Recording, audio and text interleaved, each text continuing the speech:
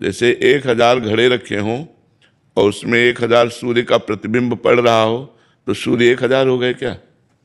ये तो घड़े हैं, पांच भौतिक घड़े हैं, इनमें उसका तेज पड़ रहा है, प्रकाश पड़ रहा है, उसी ब्रह्म का प्रकाश है, उसी से सब संचलित चैतन्य हो रहे हैं।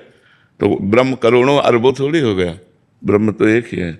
उसी के बिजली एक है ना, पूरे भारत में फैली हुई है, गांव गांव में फैली हुई है, और उसका प्रभाव अलग अलग है।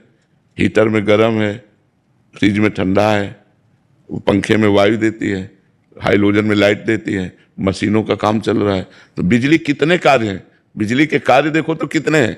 और बिजली तो एक ही है ना, जो बिजली यहाँ चल रही है दिल्ली में चल रही है, बम्बई में चल रही है, कलकत्ता में चल रही है, बिजली तो एक ही है ना। आप बिजली दो तो नहीं कह सकते ना, समझ रहे हो ना। अब चूंकि ये प्राकृतिक वस्तु है, ये परब्रह्म से उदाहरण नहीं बनता, ये प्राकृतिक वस्तु है, और वो चिदानंद है परमात्मा, तो उदाहरण बनता नहीं। लेकिन समझाने के लिए ऐसे ही परमात्मा एक है, वो अनेक रूपों में भास रहा है।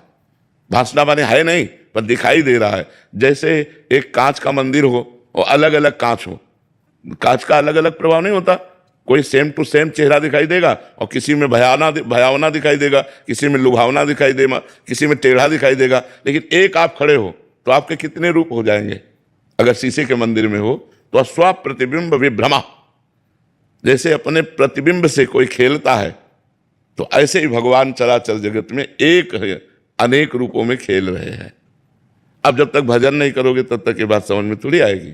वो परमात्मा एक है, अनेक रूपों में भास रहा है। भासना माने होता नहीं है, लेकिन वो दिखाई दे रहा है। जैसे सूर्य एक है, 1 अरब घड़े रख दिए जाएं तो 1 अरब सूर्य दिखाई देंगे घड़ों में, लेकिन घड़ों के फूटने से सूर्य में कोई फर्क नहीं पड़ेगा, क्योंकि सूर्य एक है, वो अनेक नहीं है।